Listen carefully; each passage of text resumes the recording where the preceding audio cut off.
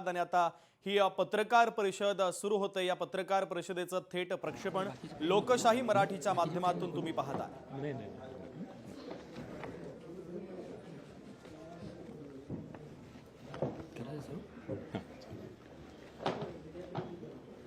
नमस्कार।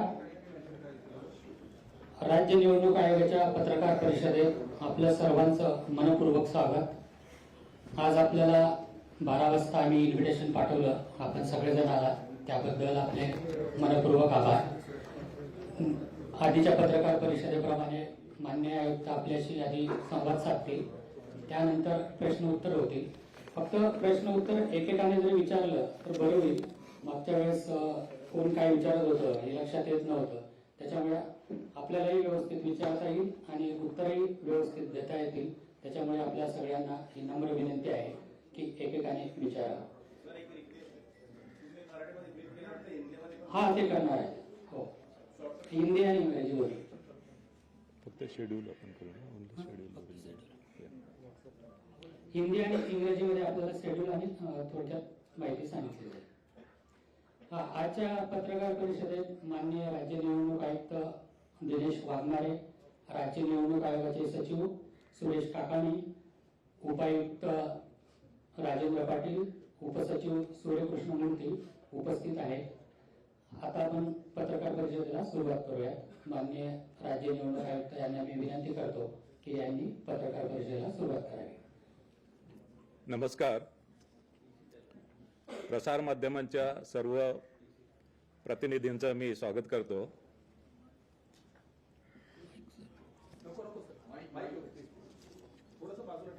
आजच्या या पत्रकार परिषदेमध्ये मुदत संपलेल्या स्थानिक स्वराज्य संस्थांच्या निवडणुका 31 जानेवारी 2026 अखेरपर्यंत घेण्याचे नियोजन आणि त्या दृष्टीने केलेली कार्यवाही यासाठी आजची पत्रकार परिषद इथे आयोजित केलेली आहे।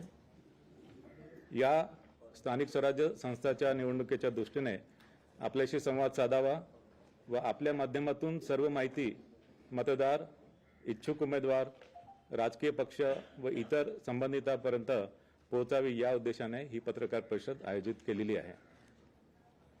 विशेष करून मला आपल्याला सांगायचं वाटतं की ही पत्रकार परिषद विशेषतः राज्यातील महानगरपालिकांच्या सार्वत्रिक निवडणुकांसंदर्भात आज मी इथे संवाद आपल्याशी साधणार आहे।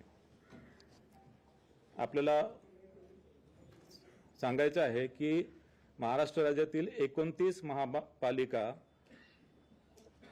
निवडणुकीसंदर्भात ही पत्रकार परिषद आहे। त्यामधील 27 महानगरपालिकांची मुदत संपलेली आहे। 5 महापालिकांची 2020 मध्येच मुदत संपली होती। 18 महापालिकांची मुंबईसहित 2022 मध्ये मुदत संपली आहे आणि 4 महापालिकांची मुदत ही 2023 मध्ये संपली होती।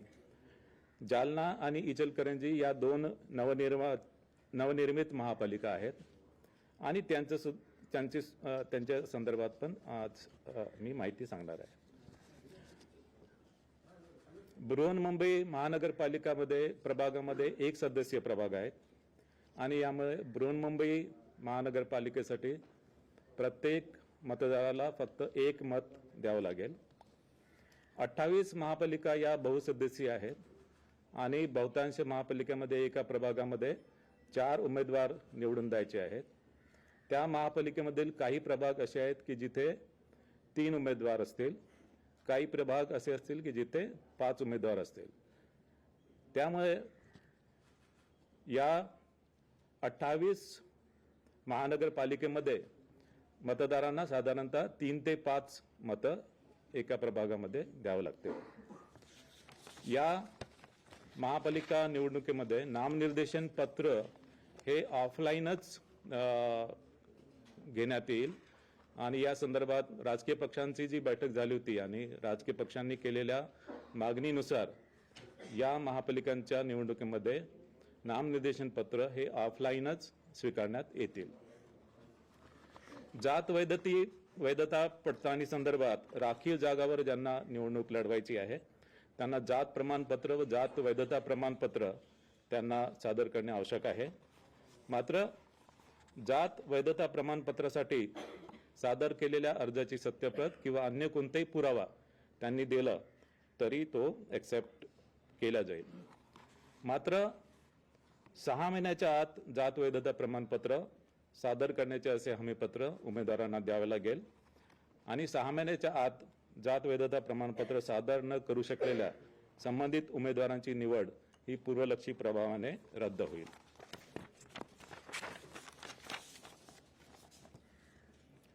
या निवडणुकीमध्ये एकूण मतदार हे 3,48,78,017 असणार आहेत. त्यापैकी पुरुष मतदार 1,81,93,666 असतील. स्त्री मतदार 1,66,19,755 असतील आणि इतर मतदार 4,590 असतील.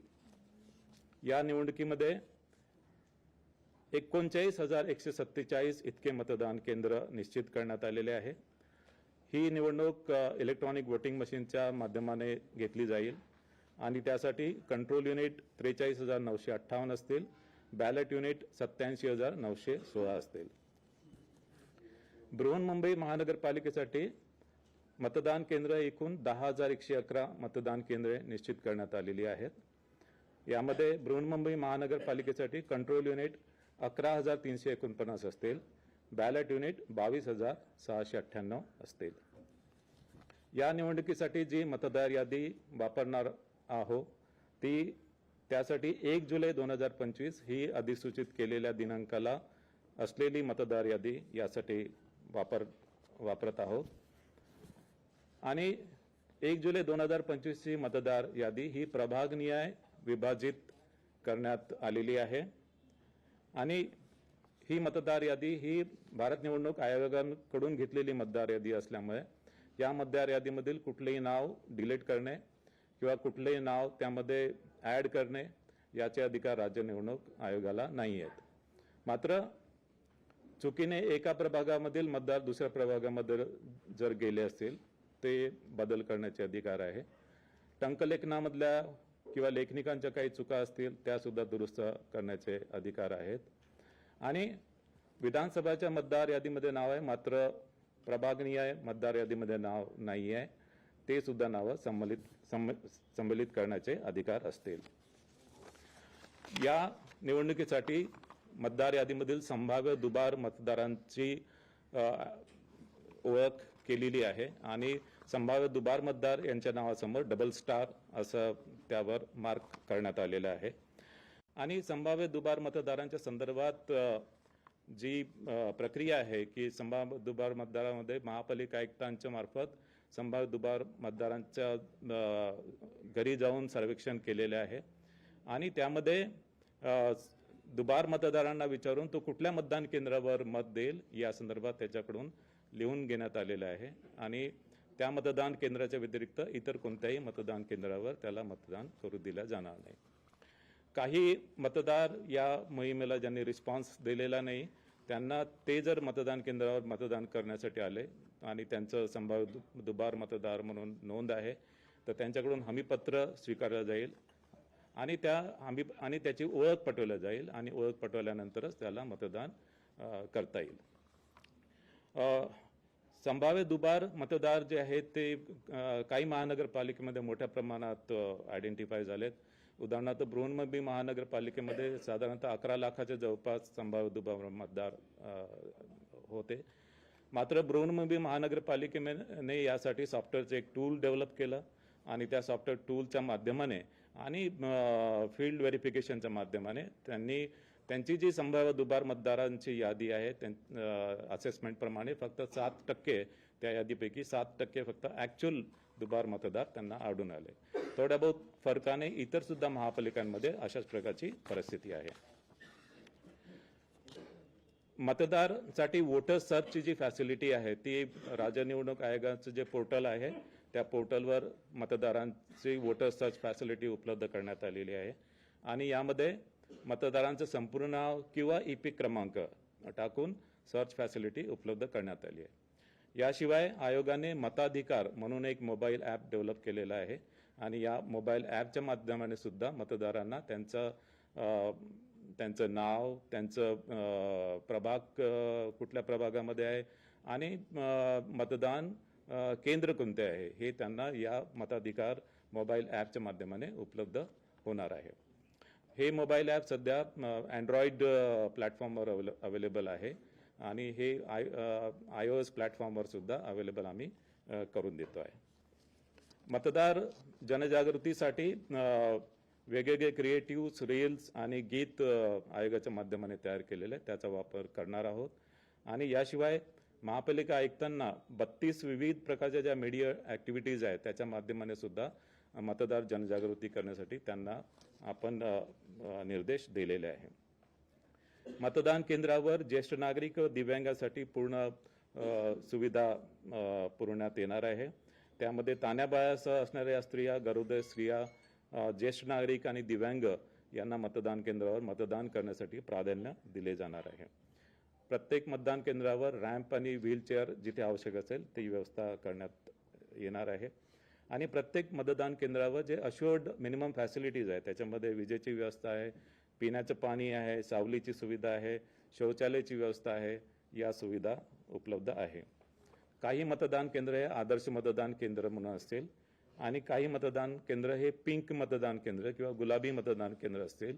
या मतदान केंद्रामध्ये मतदान केंद्रातील सर्व अधिकारी कर्मचारी, सर्व सुरक्षा कर्मचारी हे महिला असतील.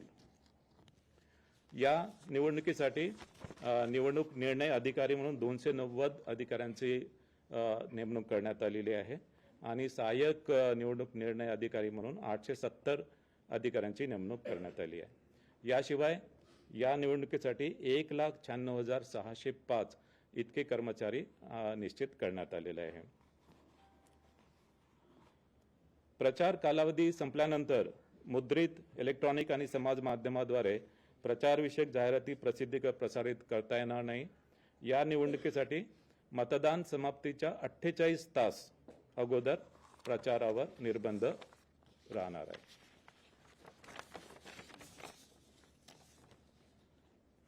महापालिका स्तरीय माध्यम प्रमाणन व संनियंत्रण समिती स्थापन करण्यात आलेली आहे आणि विविध प्रसार माध्यमातील वृत्तांकनाच्या बाबतीत पाहणीसाठी संनियंत्रण व देखरेख या समितीमार्फत करण्यात येईल. राज्यस्तरीय माध्यम प्रमाणन व संनियंत्रण समिती सुद्धा स्थापन करण्यात आलेली आहे. याशिवाय राजकीय पक्षांशी वेळोवेळी संवाद साधण्यात आलेला आहे. राजकीय पक्षांसोबत बैठका घेऊन त्यांच्या सुद्धा सूचना विचारात घेण्यात आलेल्या आहे. स्टार कॅम्पेनरची संख्या ही 20 वरून 40 करण्यात आलेली आहे. आता मी थोडक्यात आकडेवारी सांगतो. एकूण महानगरपालिका ज्यांची निवडणूक होणार आहे त्या 29 आहेत. एकूण जागा म्हणजे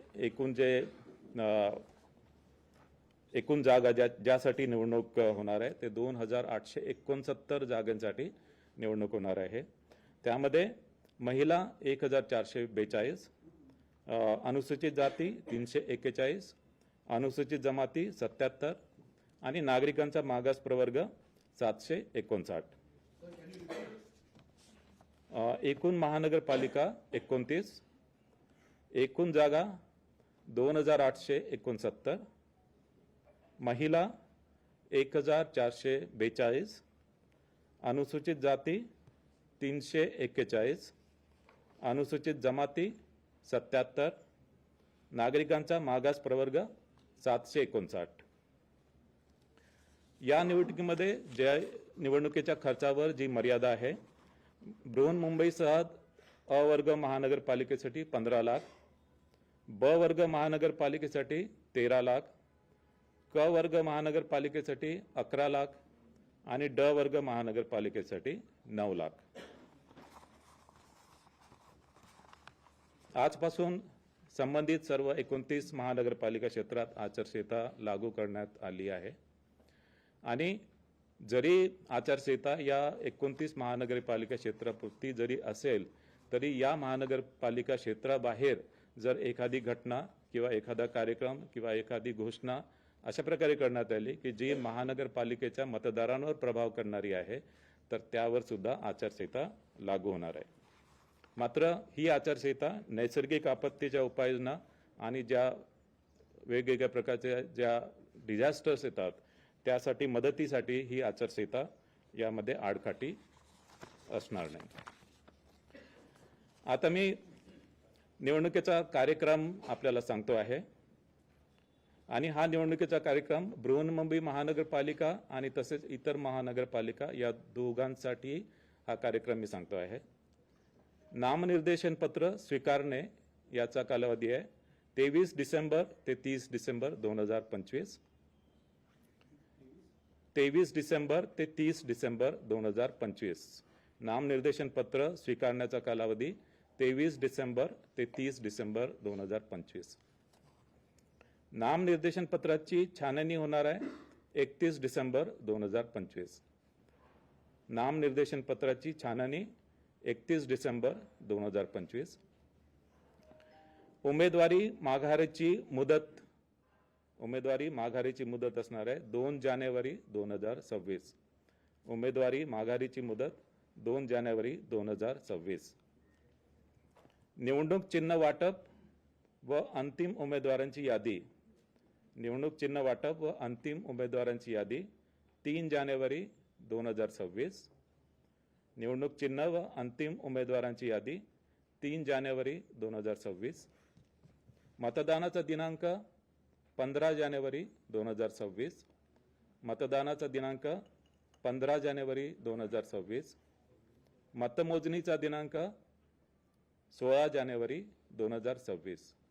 मतमोजणीचा दिनांक 16 जानेवारी 2026. आता मी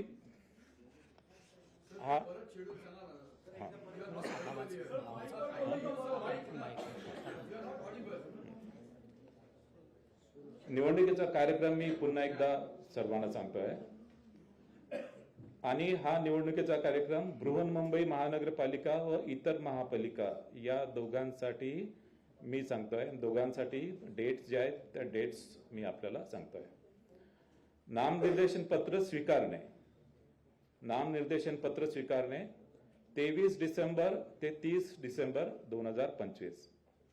नामनिर्देशन पत्र स्वीकारणे 23 डिसेंबर ते 30 डिसेंबर 2025.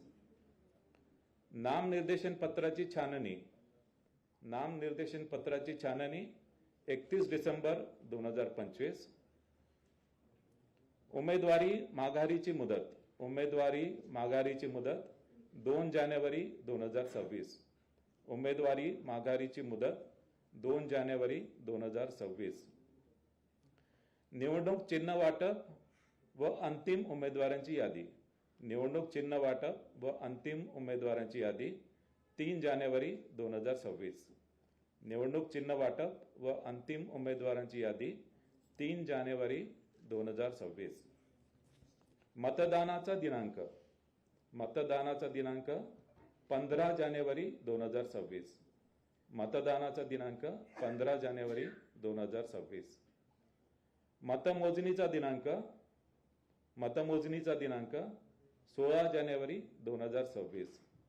मतमोजणीचा दिनांक 16 जानेवारी 2026. आता हीच माहिती मी निवडणुकीच्या कार्यक्रमाची माहिती मी हिंदीमध्ये आपल्याला देतो आहे. राज्य की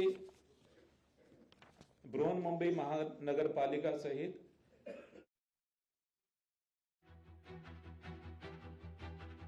चुनाव कार्यक्रम मैं घोषित कर रहा हूं. नामांकन पत्र जमा करना. नामांकन पत्र जमा करना 23 दिसंबर से 30 दिसंबर 2025. नामांकन पत्र जमा करना 23 दिसंबर से 30 दिसंबर 2025.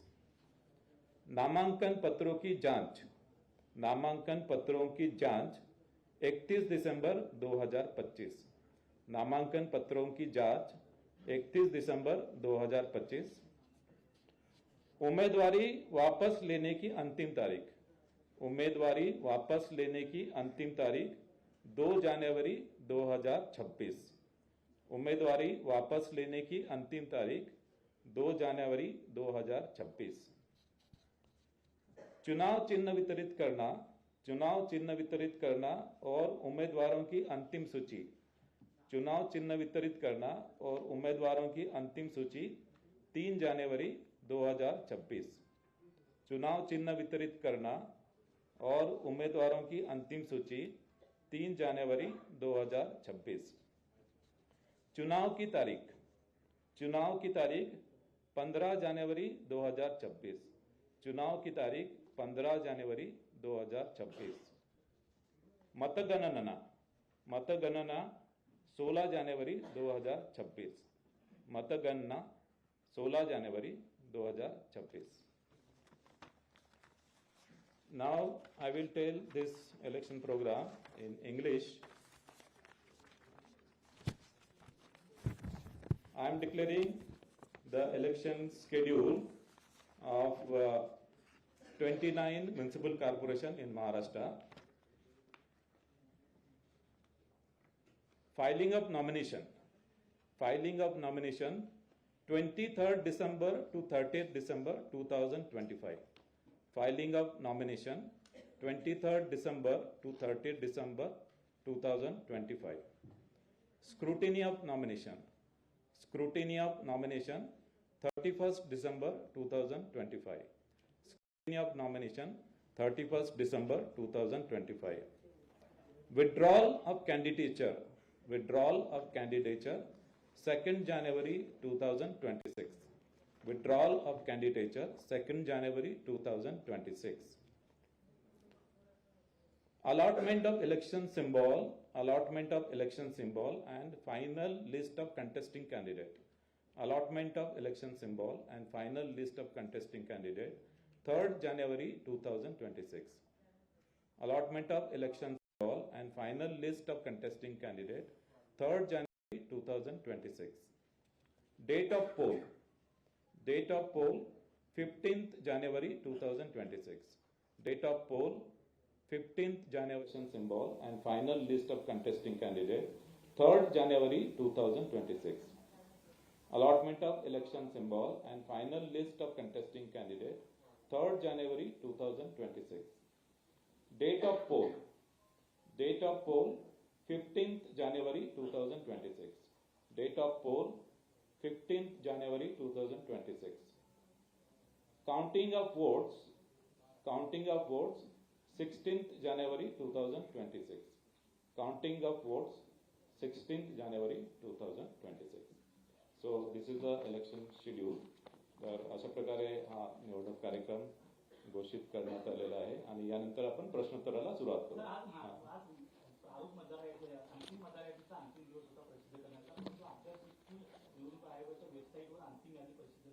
किंवा ज्या प्रिंटआउट राजकीय पक्षांनी दिल्या जाणार होत्या त्या कुठल्याही प्रिंटआउट अद्याप दिला जात नाहीये. मुंबई महापालिकेचे बांधवार सांगतायत तुम्ही सांगितलं आहे की मतदार याद्यांच्या प्रिंटआउट आता लगेच देऊ नका. पहिल्या काही मतदार याद्यांच्या प्रिंटआउट मध्ये काही भूल असल्याचं दिसून येते.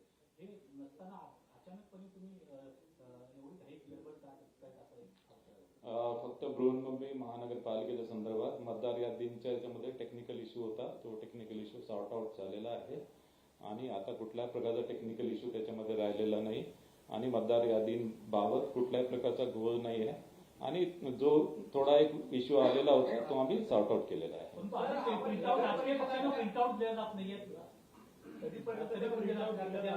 प्रिंटआउट त्यांना आजच आम्ही प्रोव्हाइड करणार आहे सर्व राजकीय परिषदेच्या निवडणुका ज्या पद्धतीने पुढे ढकलण्यात आल्या होत्या काही कारणास्तव काही तांत्रिक गोष्टी आढळल्या न्यायालयामध्ये काही लोक गेली त्यानंतर त्याची तारीख पुढे ढकलण्यात आली. तशा पद्धतीचा व्यत्यय या महानगरपालिका निवडणूक कार्यक्रमामध्ये येऊ नये यासाठी निवडणूक आयोगाने काही विशेष खबरदारी यावेळी घेतली आहे का? नगर परिषद नगरपंचायतच्या निवडणुकीच्या संदर्भात जी निवडणूक पुढे ढकलल्या गेली त्यामध्ये कारण होतं की त्याच्यामध्ये अपील जे आहे ते अपील ऍक्च्युली ज्याप्रमाणे 3 दिवसाच्या आतमध्ये निघाला पाहिजे होते ते अपील वेळोवेळी निकाली निघालेले नाहीये आणि त्याच्यामुळे त्यांना जो विड्रॉलचा जो पिरियड आहे तो विड्रॉलचा पिरियड पुरेसा मिळाला नाही. त्याच्यामुळे त्या निवडणुका पुढे ढकलण्यात आल्या होत्या. यामध्ये नगर परिषदेमध्ये 6,800 जागांसाठी निवडणूक होती आणि जी निवडणूक पुढे ढकलण्यात आली ती 154 जागांसाठी ती फक्त 2% जागांसाठी ती निवडणूक पुढे ढकलण्यात आली होती. महानगरपालिकेच्या संदर्भात कुठल्याही प्रकारचा कायदेशीर विषय किंवा कुठल्याही प्रकारचा याच्यामध्ये अॅनोमली होणार नाही याची पूर्ण आम्ही दक्षता घेतली आहे आणि पूर्ण दक्षता घेऊनच हा कार्यक्रम आम्ही जाहीर केलेला आहे.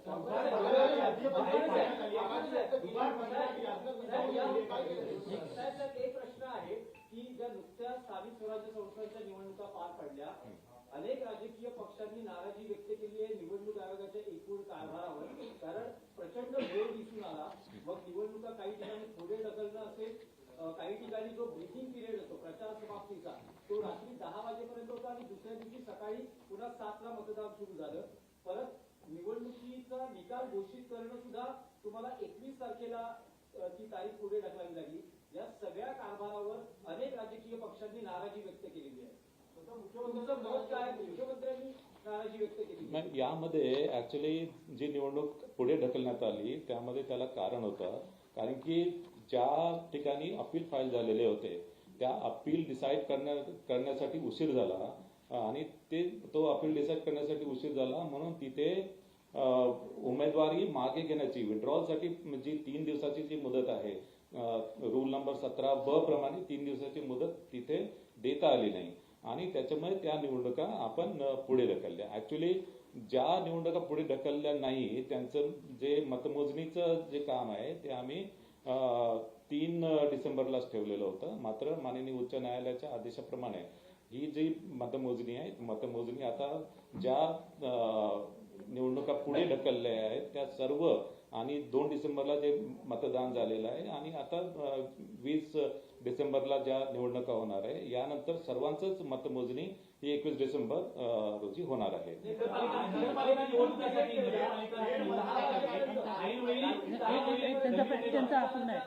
रात्री 10 वाजेपर्यंत आदल्या दिवशी रात्री 10 वाजेपर्यंत प्रचाराचा तुम्ही कालावधी ठेवला आणि सकाळी 7ला मतदान.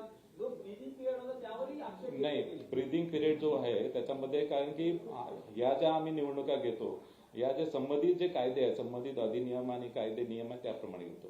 आता नगर परिषदच्या कायद्यामध्ये अशी तरतूद आहे की ऍक्च्युली प्रचार जो आहे प्रचार आदल्या दिवशीपर्यंत तो करता येतो, म्हणजे मतदानाच्या दिवशी प्रचार करता येत नाही पण आदल्या दिवशीपर्यंत प्रचार करता येतो. त्याच्यामुळे आदल्या दिवशी 10 वाजेपर्यंत त्या संदर्भात आपण आदेश काढलेले होते. मात्र आता महानगरपालिकेच्या निवडणुकीमध्ये जे महानगरपालिका अधिनियम आहे किंवा बृहन्मुंबई महानगरपालिका अधिनियम आहे त्याच्यामध्ये मतदान समाप्तीच्या 48 तास अगोदर हा प्रचार संपला पाहिजे. 48 तास अगोदर त्याप्रमाणे प्रत्येक कायद्यामध्ये वेगवेगळी तरतूद आहे आणि त्यामुळे ती प्रोव्हिजन वेगवेगळ्या स्थानिक स्वराज्य संस्थांच्या निवडणुकीसाठी वेगवेगळी लागू होते.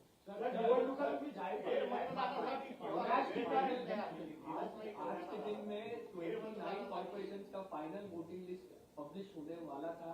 अगर इसके बाद भी डुप्लीकेट वोटर्स या एक वोट से दूसरे वोट में वोटर्स पाए जाते हैं तो वो प्रोसेस होगा क्या, वो करेक्शन होता रहेगा? नहीं, देखो इसमें आज एक्चुअली फाइनल वोटर लिस्ट भी हो गई तो भी मतदान केंद्र की जो लिस्ट है मतदान केंद्र की लिस्ट है ये 20 दिसंबर को ये मतदान केंद्र की लिस्ट उसमें फाइनल होंगी और उसके बाद में यानी मतदान केंद्र वाइज जो वोटर लिस्ट है वो 27 दिसंबर को होगी. 27 उसकी डेट 27 दिसंबर है. तो ये जो दुबार मतदार एक्चुअली उसमें अगर दुबार मतदार नहीं है तो उसका जो डबल स्टार जो है तो डबल स्टार निकालने की जो प्रक्रिया हम 27 दिसंबर तक कर सकते हैं. 27 दिसंबर और 27 दिसंबर के बाद भी अगर दुबार मतदार अगर कुछ हमें दिखाई दिए कि जो दुबार नहीं है तो जो प्रिसाइडिंग ऑफिसर के पास जो इलेक्ट्रोल रोल जाएगा उसको mark copy of electoral roll है हम उसमें रिकॉर्ड करेंगे. अचानक नोटिफिकेशन काढण्याची परंपरा जी आहे ती नगरपालिका निवडणुकांमध्ये पाहायला मिळाली. खास करून डमी उमेदवाराच्या संदर्भात एकच सूचक असताना आणि तुम्ही कॉलम एकचाच दिलेला असताना अचानक तुम्ही शेवटच्या दिवशी ज्या दिवशी छाननी आहे त्या दिवशी सांगता की तुम्ही 5 सूचक पाहिजे.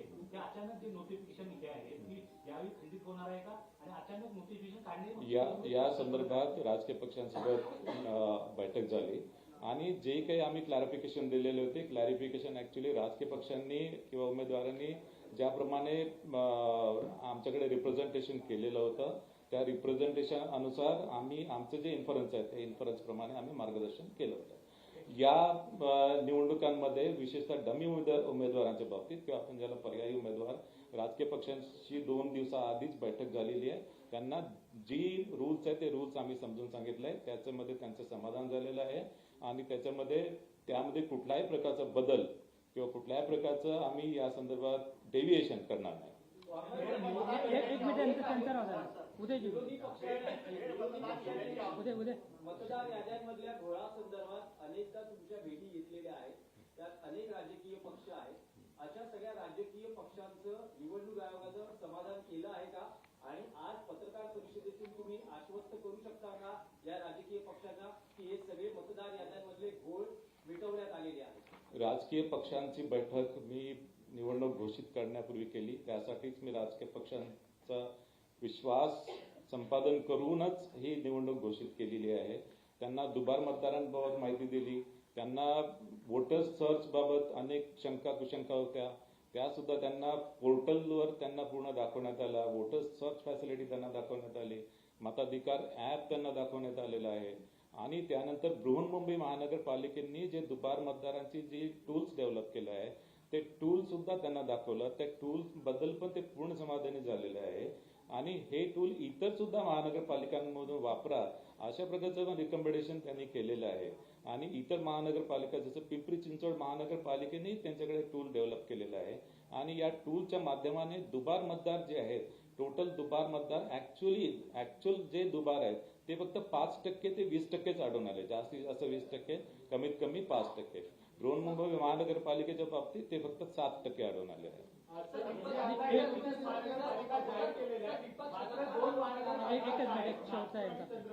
याचं आरक्षण देखील 50% पेक्षा जास्त आहे. तर त्यामुळे पुन्हा त्या कोर्टातून कुठला त्रास होऊ शकतो का?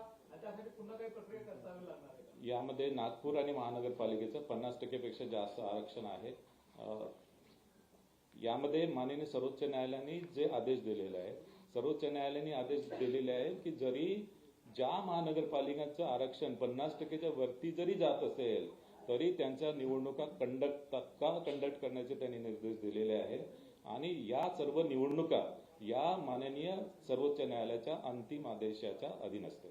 एक मिनट त्यांचा राहू द्या. वोट चोरी हुई है विधानसभा चुनाव में. इस टाइम में भी विपक्ष जो लगातार ये आरोप लगा रहा है कि कहीं ना कहीं जो इलेक्शन यादी है उसके अंदर कहीं ना कहीं घोटाला है और उसके अंदर पूरी क्लियरेशन के बाद ही कहीं ना कहीं चुनाव किया जाए. तो क्या पूरी चीज प्रक्रिया जो है पूरी कर ली गई है? देखिए, ये जो एक्चुअली जो वोटर लिस्ट जो है, वोटर लिस्ट हम 1 जुलाई 2025 की जो वोटर लिस्ट है वो actually election commission of India की जो वोटर लिस्ट है वही हम यूज कर रहे हैं. इसमें अभी दुबार मतदार को हमने आइडेंटिफाई किया, उसके ऊपर कार्यवाही चालू है. और इसमें और एक ऐसी आपत्ति है कि एक्चुअली जैसे नवी मुंबई महानगर पालिका में एक ऐसा हमको इसमें रिप्रेजेंटेशन आया था कि महापालिका आयुक्त है, महापालिका आयुक्त के घर में 150 मतदार दिखाई दिए. लेकिन एक्चुअली उसमें हमने उसका इन्वेस्टिगेशन किया. उसमें ऐसा है कि वहाँ पे जो सेक्शन एड्रेस है वो सेक्शन एड्रेस एक्चुअली वो एक्चुअल वोटर का एड्रेस नहीं होता है. सेक्शन एड्रेस एक लैंडमार्क टाइप का होता है. उसमें 2-3 लैंडमार्क ऐसे उसमें मेंशन होता है और वो एक्चुअली सेक्शन एड्रेस के अगेंस्ट में वो 150 मतदार उसमें निकले थे. यानी ऐसा नहीं कि हर मतदार का जो एड्रेस है वो महानगर पालिका आयुक्त का निवास स्थान, ऐसे नहीं था. वो एक है. दूसरा ऐसा उसमें और एक एक्चुअली इसमें रिप्रेजेंटेशन आया था कि वहाँ पे नवी मुंबई महानगरपालिका में टॉयलेट में एक्चुअली 10 मतदार दिखाई दिए है. लेकिन एक्चुअली वो जो टॉयलेट की जो बिल्डिंग थी, टॉयलेट की बिल्डिंग के ऊपर फर्स्ट फ्लोर और सेकंड फ्लोर वहाँ पे एक्चुअली लोग रहते थे और वहाँ पे तब वो रजिस्ट्रेशन हुए थे. और इसके कारण वो एक्चुअली टॉयलेट का एड्रेस वो टॉयलेट के ऊपर रहते थे फर्स्ट और सेकंड फ्लोर. बाद में वो वहाँ से निकल गए. तो ऐसा एक मिनिट बाकीच्यांना पण थोडंसं विचारणार आहे. I think this side will take. सरकारी अफसर जो होते हैं जो आपकी रियायत दी गई है उससे ज्यादा भी समय तक टीके रहते हैं. चुनाव में जब ऐलान होता है तो इंटरनल ट्रांसफर होता है, घूम फिर के वो तो वहीं रहते हैं. तो क्या ये ईमानदारी ये चीज पर अमल किया जा रहा है कि आपने जो गाइडलाइंस उन अफसरों की नियुक्ति के लेकर बनाई है? नहीं, अफसर के नियुक्ति के लिए गाइडलाइंस है. और एक्चुअली जो अफसर उसको जो 5 साल हो गया है या कुछ केस में 3 साल, कुछ केस में 5 साल, तो उनको वहाँ पे हमने तबादला करने का पॉलिसी है और उसके अनुसार राज्य सरकार ने उनका तबादला किया है. ईबी फॉर्म दिलेला आहे. त्या ईबी फॉर्म मध्ये जे नमुने आहेत त्यामध्ये म्हटलं गेलेलं आहे की कुठल्याही महापालिकांमध्ये थेट महापौर पदाची निवडणूक नाही आहे.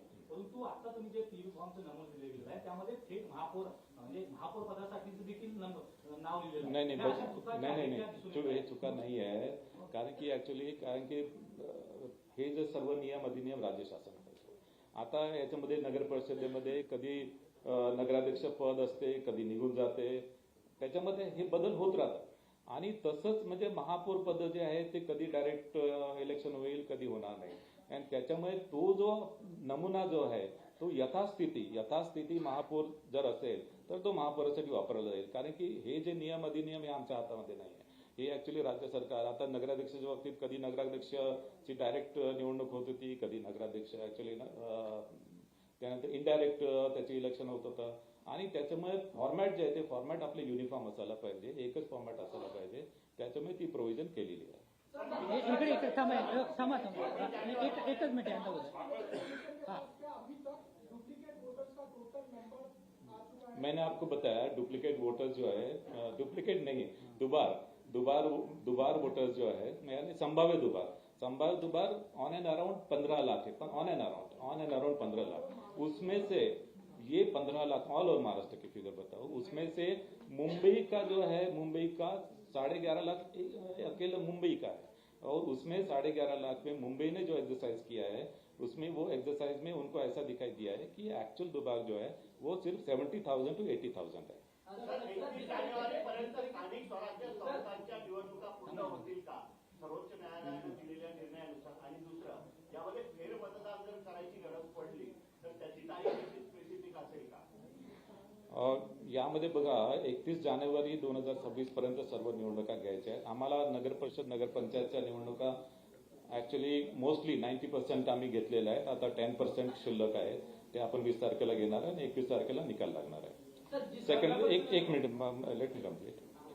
सेकंड महानगरपालिकेचं जे आहे महानगरपालिकेचं आताच आपण घोषित केलेलं आहे ते सुद्धा 31 जानेवारीच्या आधी होईल.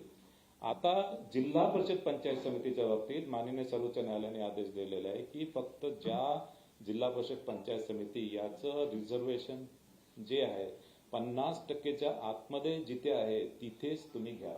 आता या जिल्हा परिषद पंचायत समिती ज्याच्यामध्ये रिझर्वेशन 50%च्या आतमध्ये आहे त्या फक्त 12 जिल्हा परिषद आहेत आणि या 12 जिल्हा परिषदचं नियोजन आम्ही करतो आहे. आमची अडचण आहे की या निवडणुका जसं विधानसभा लोकसभेच्या निवडणुका असतात त्याच्यापेक्षा खूप कॉम्प्लेक्स या निवडणुका असतात ज्याच्यामध्ये एकेका प्रभागामध्ये 4 उमेदवार आपल्याला निवडून द्यायचा असतो. नगर परिषद नगरपंचायतमध्ये 1 अध्यक्ष आणि 2 मेंबर निवडून द्यायचा आहे. जिल्हा परिषदमध्ये एक गटासाठी आणि 1 गणासाठी आणि या इतक्या कॉम्प्लेक्स असल्यामुळे फार मोठ्या प्रमाणात आपल्याला अधिकाऱ्यांची गरज भासते. आणि आता ज्या जिल्हा परिषदा या 50%च्या आतमध्ये आहे या अशा जिल्हा परिषद आहे तिथे महानगरपालिका सुद्धा आहे आणि त्याच्यामुळे आणि या बहुतांश पश्चिम महाराष्ट्र कोकण आणि संभाजीनगर मधील काही जिल्हे यामध्ये येत आहेत आणि त्याच्यामध्ये त्या जिल्ह्यांमध्ये महानगरपालिका सुद्धा असल्यामुळे आम्हाला अधिकाऱ्यांची जी कमतरता आहे अधिकाऱ्यांची कमतरता भासते त्याचं नियोजन आम्ही करतोय. एकदा अधिकारी आम्ही 1-2 दिवसांमध्ये पुन्हा बसणार आहे विभागीय आयुक्तांसोबत बैठक घेऊन आणि अधिकारी उपलब्ध झाल्याबरोबर आम्ही त्या सुद्धा निवडणुका आम्ही या 12 जिल्हा परिषद निवडणुका सुद्धा आम्ही घोषित करू आणि 31 जानेवारीपर्यंत आम्हाला करावंच लागेल कुठल्या निवडणूक घ्यायची गरज पडली तर तारखेची तिथे घोषित केले त्यामध्ये यामध्ये काय असतं की फेर निवडणूक जर एखाद्या पोलिंग स्टेशन मध्ये समजा काही इश्यू आला आणि तिथे त्या पोलिंग स्टेशन मधला जर पुन्हा निवडणूक जर घ्यायची असेल तर आपण ऍक्च्युली मतमोजणी जी आहे ते मतमोजणी आपली सुरू असते आणि मात्र आपण दुसऱ्या दिवशी त्या ठिकाणी त्या पोलिंग स्टेशनवरचं आपण पोलिंग घेतो. सर ये सभी 29 कॉर्पोरेशन अभी भी लिस्ट फाइनल कर रही है तो ऐसे में आपको लगता नहीं कि इलेक्शन आज ही अनाउंस करना है जल्दबाजी? नहीं एक्चुअली ये जो अंतिम मतदार यादी है सभी 29 महानगर पालिका की फाइनल हो गई है और उसके बाद में भी 27 तारीख तक 27 दिसंबर तक ये पोलिंग स्टेशन वाइज एक्चुअली यादी जो है वो पोलिंग स्टेशन वाइज यादी ये फाइनल हो जाएगी. नगरपालिका निवडणुकांमध्ये पैशाचा भरमसाठ वापर झाल्याचं पाहायला मिळालं. तशा प्रकारचे व्हिडिओ देखील समोर आलेले आहेत.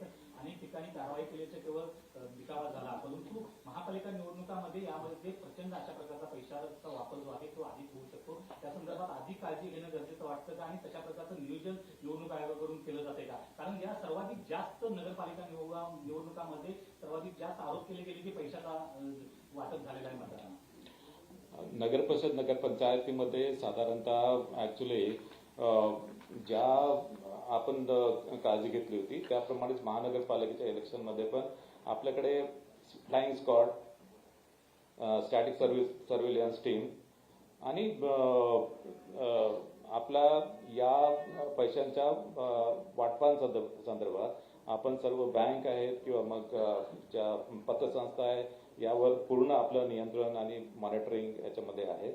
आणि या संदर्भात नगरपरिषद नगरपंचायती संदर्भात ऍक्च्युली अराउंड 2.5 कोटी यामध्ये हस्तगत जप्त सुद्धा करण्यात आले होते आणि त्या संदर्भात संबंधितांविरुद्ध कारवाई सुद्धा करण्यात आली आहे. इन्कम टॅक्स डिपार्टमेंट कडे केस देण्यात आली, काही ठिकाणी गुन्हे सुद्धा दाखल करण्यात आले आणि यावर आणि विशेष करून एअरपोर्ट आणि बस स्टेशन आणि रेल्वे स्टेशन यावर सुद्धा आपलं त्याच्यामध्ये पथक राहणार आहे. एक मिनिट इकडचे एक उद्या You know, while taking these actions against तुम्ही म्हणतात तसं moneyच्या युद्धासाठी, but the political party guys have been claiming against each other की the use of money was so blatant. काही ठिकाणी 5,000 पर वोट, 10,000 वोट, 15,000 वोट हे सगळं तिथे विजिबल आहे. तुमच्या मशिनरीला काही दिसणार नाही. What is the identification? ह्या संदर्भात तुम्ही काय मेजर्स घेतलेले आहेत का? हे जे तुम्ही सांगताय ते सगळे नुसते टोकळ आहेत की 2.5 कोटीचं फक्त हे झालं, पण this is the money being circulated there. ते कॅन्डिडेट सांगतायत स्वतः. तर त्या संदर्भात is there any kind of नाही, आता नगरपरिषद नगरपंचायतीच्या बाबतीत आचारसंहिता भंगाच्या एकूण 29 तक्रारी आपल्याकडे आलेल्या होत्या. त्यापैकी 11 तक्रारी निकाली निघालेल्या आहे. 18 तक्रारी संदर्भात चौकशी सुरू आहे आणि विशेष करून मी तुम्हाला सांगितलं की जी ऍक्च्युली पैसे जे आहेत पैसे संदर्भात 3,04,74,110 ही रक्कम जप्त करण्यात आली. त्यामध्ये इन्व्हेस्टिगेशन सुद्धा झालं आहे आणि मद्य वाटपाच्या संदर्भात 1,46,144 लिटर मद्य आणि अंमली पदार्थ हे जप्त केले आहे आणि याशिवाय 4 तलवारी, 2 गुप्ती व 2 चाकू देखील जप्त केलेले आहे. अशाच प्रकारची उपाययोजना आपण महानगरपालिकेच्या आपण निवडणुकीमध्ये करणार आहोत.